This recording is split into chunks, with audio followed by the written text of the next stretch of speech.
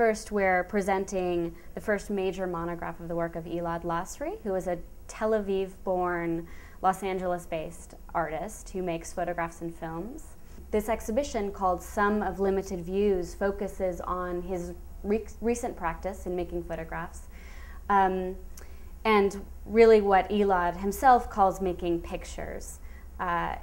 He's an artist who has since art school been deeply invested in strategies of image making. He's intent on moving away from looking at or interpreting the work simply as photography and how it relates to an earlier tradition of contemporary photography or the larger tradition of photography, because what this practice really is about pictures and images. He tends to call this, or he prefers to call these compositions pictures, because it's about this immediate experience, this immediate and direct exchange between image and viewer.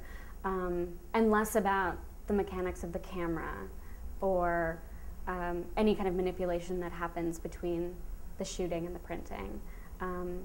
And because he's also interested on verging on these objects becoming sculptures or representation becoming abstraction, it really is about the image itself. You know, this is an incredibly visually striking exhibition. Each of his frames is painted to match the more dominant colors within the frame. And you'll find celebrity publicity portraits and Persian cucumbers or a display case of lipstick, seemingly common products or familiar headshots. All of these works possess a kind of distant familiarity.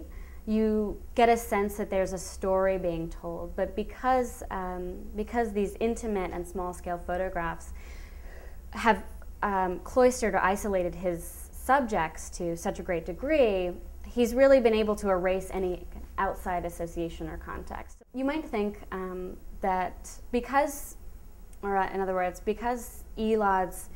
images, many of Elad's images possess a kind of familiarity.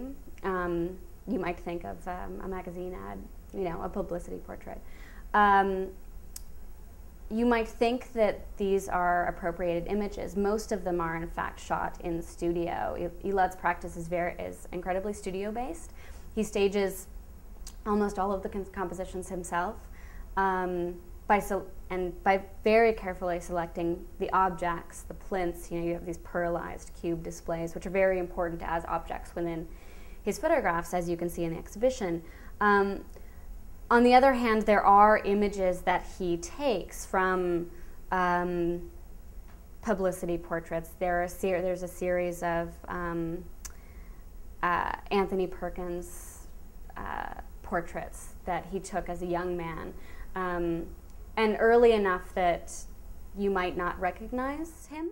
It's important that for him that in these compositions there might be a sense of association or familiarity, but there is nothing that you can really attach yourself to. There's no story being told. What it is really about is the subject or the object, and how these photographs can also become sculpture, or representation can become abstraction. And that's something that the artist is deeply invested in as well, how static images can move, how they can flicker in our eye as we pay close attention. And this, of course, comes to play in his filmmaking, too. These films are ones that focus a lens on the ways in which the moving image can become still. So the process, in a way, is reversed from your experience of his pictures, where in one film you have this tight shot of, and on a moving camera, of a zebra's back and a swatting tail, and then it passes along the actress Radha Mitchell's face. And the gestures of both figures, the zebra and the woman, are so slight, so subtle, that they're in a way hyper-registered.